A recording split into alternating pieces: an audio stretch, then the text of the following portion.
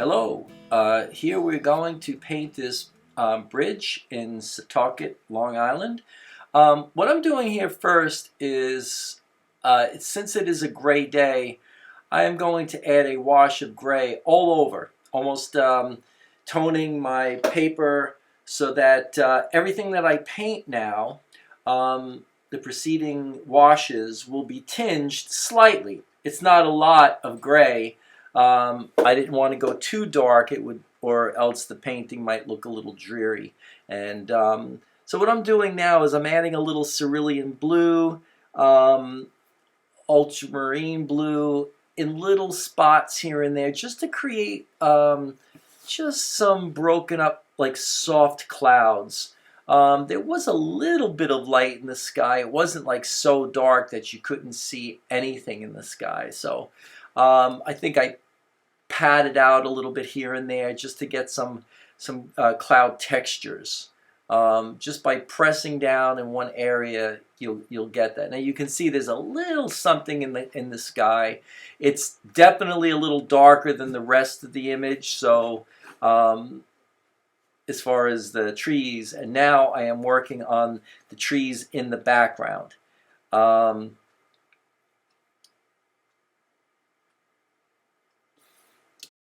It's basically, if you look at the picture, it's kind of, yeah, everything's gray. There's like a gray pallor to the whole image. I usually don't use black. I'll use a burnt umber and ultramarine blue mixture. This way I can control the coolness or warmth of the color. I'm just kind of creating big abstracted shapes right now, and some interesting edges. And you'll see that I'll go back and I'll put some water on some of the edges. It's still wet. You can see there's a little shine to what I'm painting right now. If you look at the picture, in the inset picture, you can see that there are some light greens. There's some blues in there. So keep an eye on that, on those subtle color changes. You don't want to go too bright. Now what I'm doing here is I'm just adding just a tone, so that when I put my my tree limbs in there and trunks, it's not going to look so stark, right? You don't want to, the thing is, what we're trying to do is we're trying to save ourselves some time by adding these values and colors as everything is wet, so that we won't have to go back a second time. Now these are basically some pine trees, the evergreens, the only thing that would be green at this time of year. I believe this photograph was taken in December. Yeah, so you try to get some interesting marks. Now what I'm doing on the bottom, as you can see, it's wet. So I'm letting that water just kind of go over. You'll see when I move my hand. And I am drawing in some of the trees. Like it right there, it is dry at this point. So I'm just adding a little bit of tree shape in there. And there was a branch that was kind of hanging over. I kind of accentuated that in the composition, just so it kind of brings your eye back into actually pointing to the bridge. So those are little gimmicks you can do to kind of help the eye look at the thing that you want it to look at, which basically is the bridge in this picture. There is the house. Now what I did in my picture, that's going to be a little bit different than the actual composition in the photograph, was I kind of condensed some of the structures here, meaning the house was a little too far off. There was more distance between the bridge and that house, but I liked the way that house looked and I wanted it in the picture. I didn't want to do like a super long composition just to get that paint, just to paint the house. So I condensed things. So anyone who knows this area can definitely tell that this house is not where it's supposed to be. it's a little closer in. But that's the artist's prerogative. You can do whatever you really need to do to enhance and improve on the composition. A lot of times people just paint the picture, and that's all well and good, but you may not come up with, unless you're Ansel Adams and you do these amazing photographs. Most of us are not Ansel Adams, and our pictures aren't always the best. So you have to resort to what artists have been doing for centuries and recompose the image.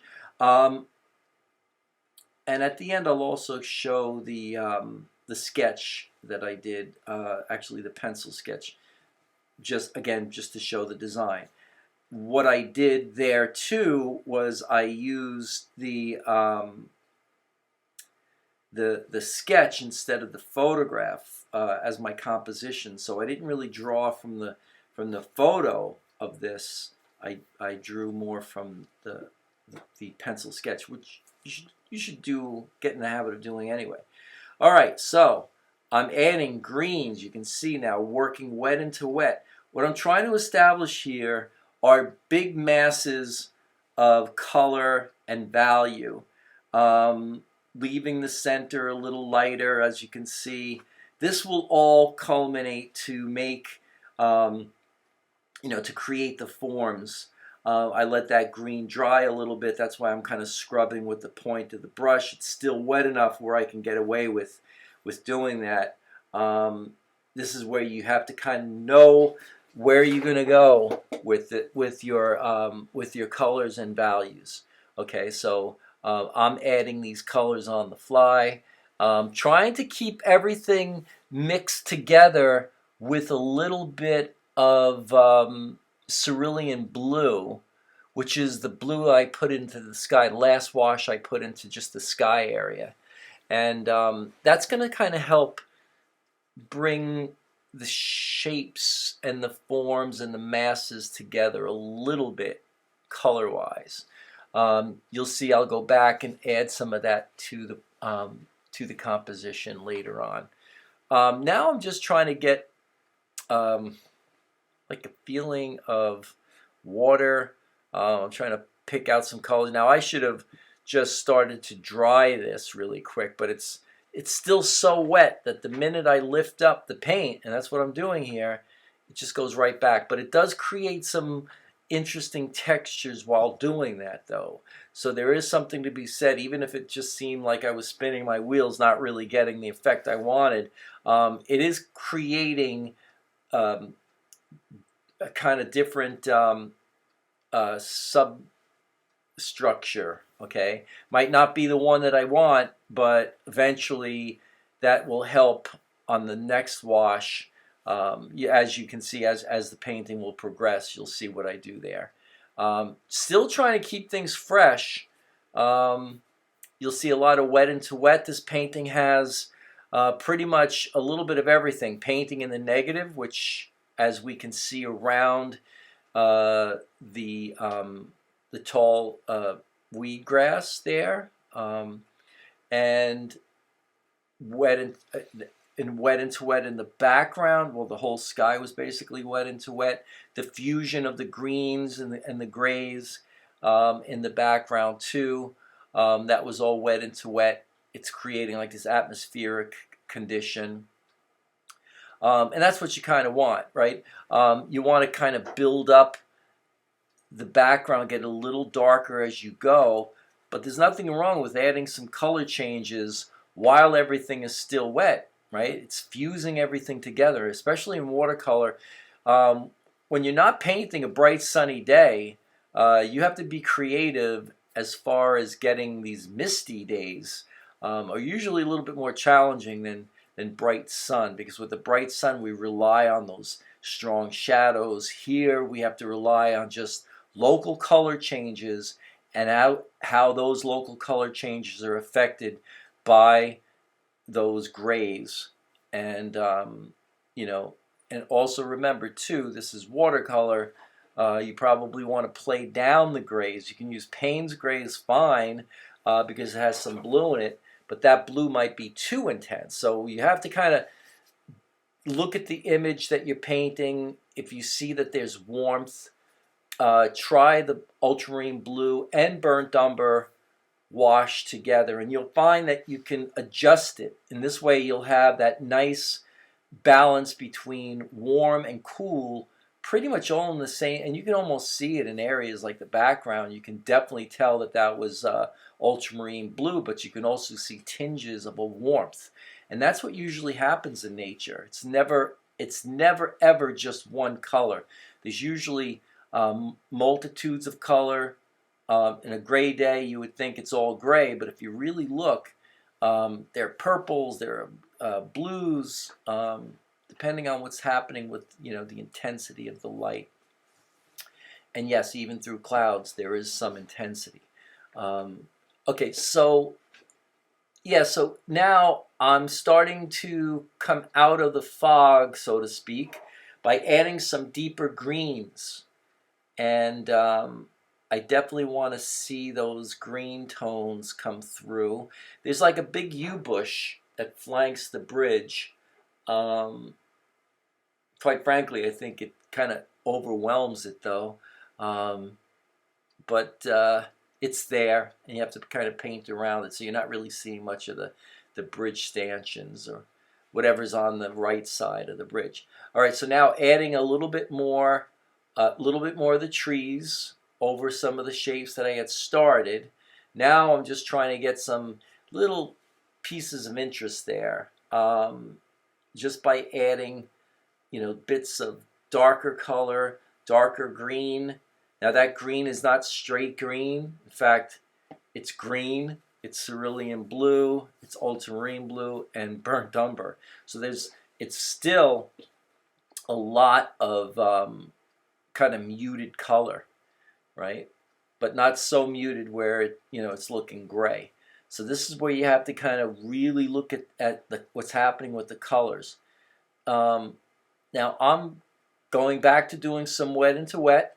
We'll probably work on the shadow there a little. Actually, now okay. So these are the forms.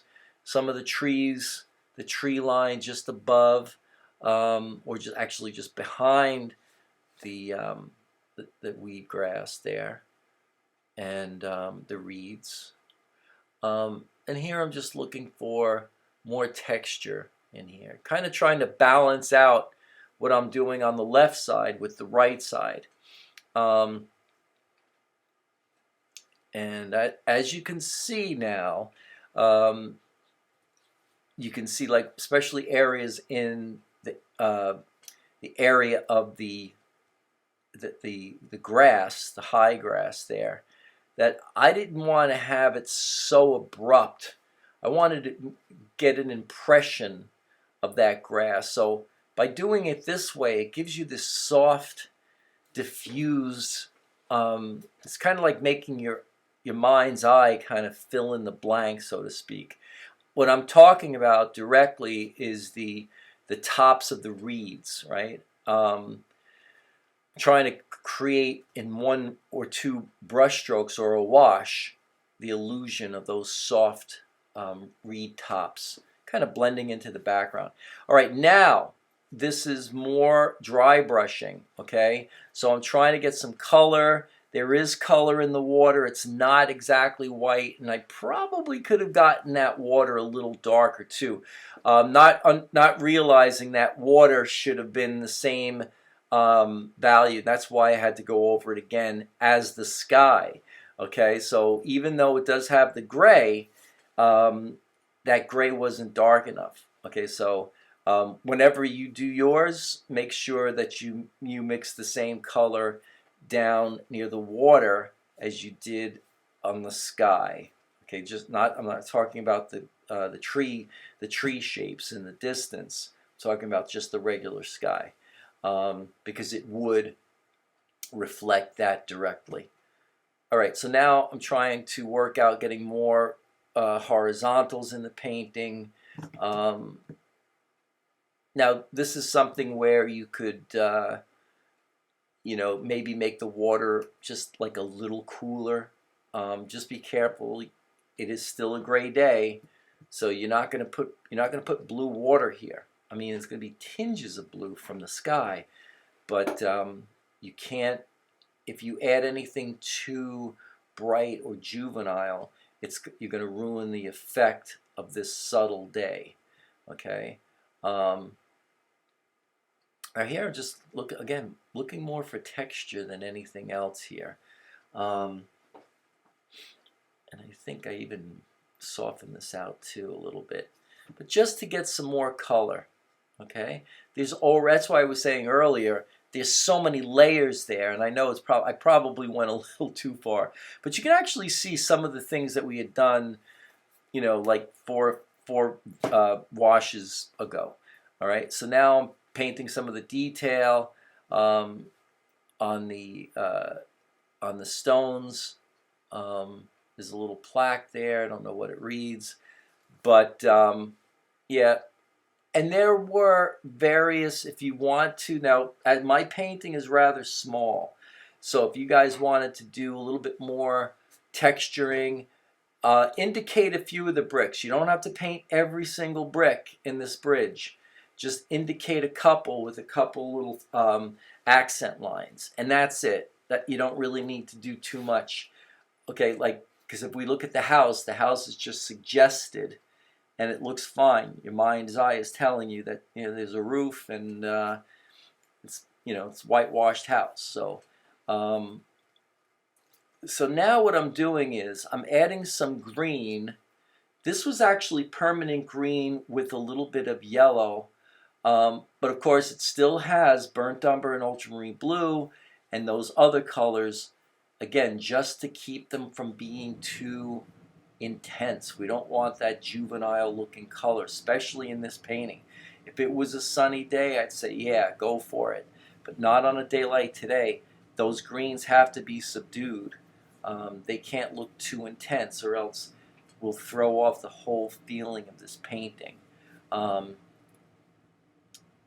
feeling, I should say, of the atmosphere.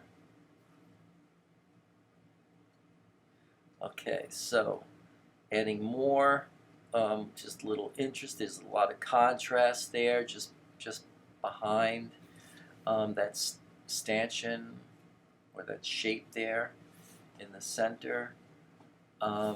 Constantly drying. You want to move fast along. Let's see. And I have a 100-watt bulb on this painting. Sorry about it. It's cut off a little bit, but yeah. Now I noticed that the tree needed to have a little bit more depth. Again, because we have that slightly softer edge in the back, all we're doing is adding just a few little values. Now I'm going back with that cerulean blue, and it almost has a little bit of a opacity to it. If yours does not have that, just add a little bit of Pro White to your cerulean blue. I'm just cooling down some of those colors back there. Okay. Now by putting that little bit of cerulean blue, it made some of the neutral tones actually look warm, right? So that's what color does, and that's the fun part of painting, is when you get into situations like this, when you put one color against another color, you'll see what happens, and interesting things go on. And you want to encourage that kind of color vibration in your paintings. With watercolor, it's not that it's hard to do. It's just not like it is when we paint in oil. But whenever you can put a semi-opaque wash in to enhance the color, definitely use it. Don't be shy. That's just going to give you some atmosphere where there once was none. Okay, so now more dry brushing. I'm using a tiny little brush here to do this, but what's kind of cool is that the fact that this painting is small, so those dry brush effects really are effective. All right, so now I changed camera angle, and now I'm adding some interest to those reeds. and you'll see that I'm just kind of adding little things, little embellishments. I don't want to say detail. It is detail because these are small shapes, but what they're doing is they're kind of helping to finish off the picture. We don't want to get too involved in every little strand. The idea here is just to make a quick impression so that, again, your mind's eye is going to fill in all of the other things that are not there in the picture. Because we have a lot of value shifts and a soft edge there, that's all we really need. We don't need to belabor it. You don't have to paint in every strand of straw. Now here, it looks like there's some weeds or little like fledgling reeds growing or starting to grow there. You can see I wedged the brush so I can get like a very high intensity light. Sometimes what happens, I'm using Pro White. Sometimes what happens is as it dries, it kind of soaks into the washes and it creates those interesting subtle colors. Sometimes it gets too subtle. Sometimes you have to go back and restate. So now I'm looking at the whole thing. I'm seeing that I should really make some more shapes here. You could throw in a bird or two. Could be a duck flying, or the geese are always here in the winter. You can have them flying in there if you wanted to. I did not put them in. I have the indication of the ducks in the water there, and that was a bad idea. There was actually a branch in the photo that looked like it was kind of coming out on a horizontal. Not a good shape, so I just tapped it out. A lot of times when you're working this way, don't think that whatever you put down has to stay. It does not. You can use your finger, paper towel, and it'll just pretty much disappear. This opaque paint really sits on top. Once it's detoned with your finger or a piece of paper towel, you're pretty much erasing it. You don't have to scrub it or anything. Just a light touch will get rid of it. Remember, this is opaque, so every time we lift paint up, we're lessening the intensity of that opaque paint. All right, so here we go. So now I am unveiling the painting, and there it is. So I hope you enjoyed this. Here's the finished painting. There's a couple little embellishments I put in there, but not much. Thanks for watching, people.